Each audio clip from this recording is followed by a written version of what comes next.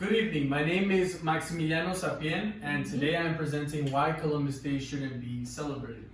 Since 1792, Columbus Day has been celebrated all throughout the United States and has been a national holiday celebrating the heroism of the explorer and his quest for a new world. Sadly though, as history has shown us, Columbus is not a model one should look up to, but rather one that should be placed on our trial against our traditions and values. So personally, why should a country in which Columbus has never set foot on celebrate a man whose actions led to genocide and an unnecessary holiday? For some background on Christopher Columbus, he was the sailor who represented the Spanish crown and went on a voyage to find a faster trade route to the Asian markets. As we all know, he didn't make it to Asia, but instead found the Caribbean islands where he established a colony and sought to govern and establish his wealth.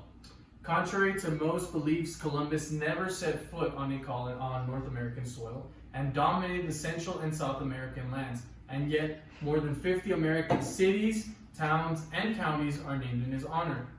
Throughout all our early educations, we are taught that Columbus was the explorer who helped discover the New World and establish colonies that helped us to get to where we are today. But all of that couldn't be any more wrong. Columbus actually didn't discover the Americas. There were already various indigenous populations living among there.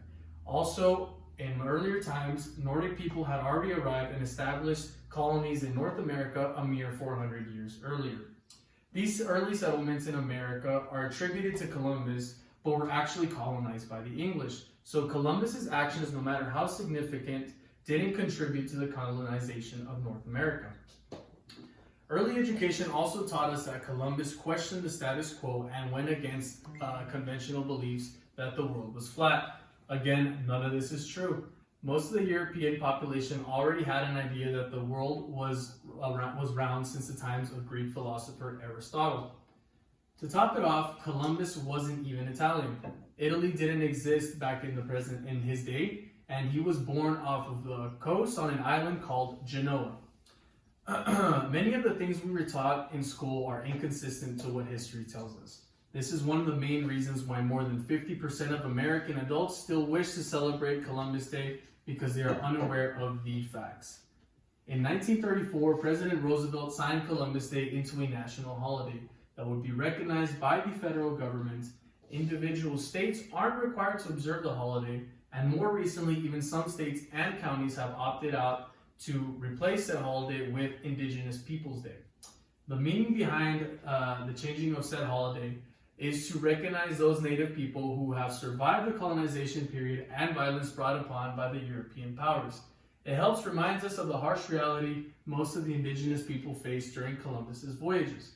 It was because of Columbus that many Indigenous tribes and cultures were lost to history, as well as the persecution and genocide inflicted upon them.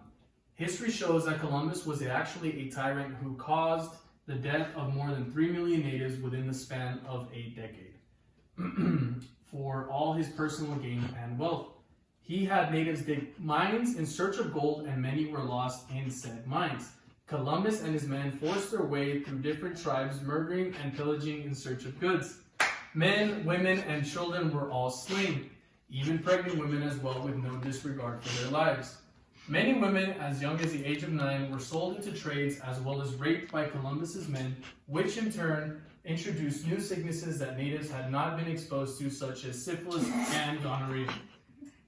Even by old standards, Columbus was regarded as an evil man. He had the habit of betraying those who came to his aid and made slaves out of them. He would mutilate and dismember natives who could not bring enough gold for his conquest. One example of Columbus's cruelty was when he became stranded on the island of the Arawak people due to shipworms causing holes in his ship. Stranded and without any food, the Arawak people came to his aid and supplied him with food and more supplies to stay alive. Weeks turned into months, and months turned into years. Awaiting their other ship to arrive with supplies, the Arawak people could no longer afford to continue taking care of their visitor. This angered Columbus, but an ingenious scheme would save him from war and starvation. Having sailed and an understanding of astronomy, He knew that the moon would turn red, a blood red, during a lunar eclipse within 3 days. Unknown to the natives, he had made this prediction and said that his Christian God would punish them if they did not continue supplying him. Sure enough, the lunar eclipse came to happen, and the Arawak people became increasingly terrified of the terror Columbus's God could inflict upon them, and rushed to his aid once more without question. This diagram shows the Arawak people coming to Columbus's aid once the lunar eclipse happened, and just goes to show how terrified they are of him. Many of these scars are still felt today. Native populations never recovered, and many of them were forced onto reservations and still suffer from poverty and starvation. While he can't personally be blamed for all the genocide, it was his actions that led to an entire population's discrimination and cruelty. Because of his quest to govern, create wealth, and establish colonies. So, is Christopher Columbus still a hero? While his actions weren't all noble, many of the things he had done has shaped our modern world. We can't condone Columbus's popularity and significance for exploration, but we can recognize the harshness and cruelty he inflicted. A hero of one era might be a villain in the next. Only time will tell. It is important that we understand the real facts and use them to put our traditional beliefs and values on trial. Should he be celebrated as a hero or a tyrant?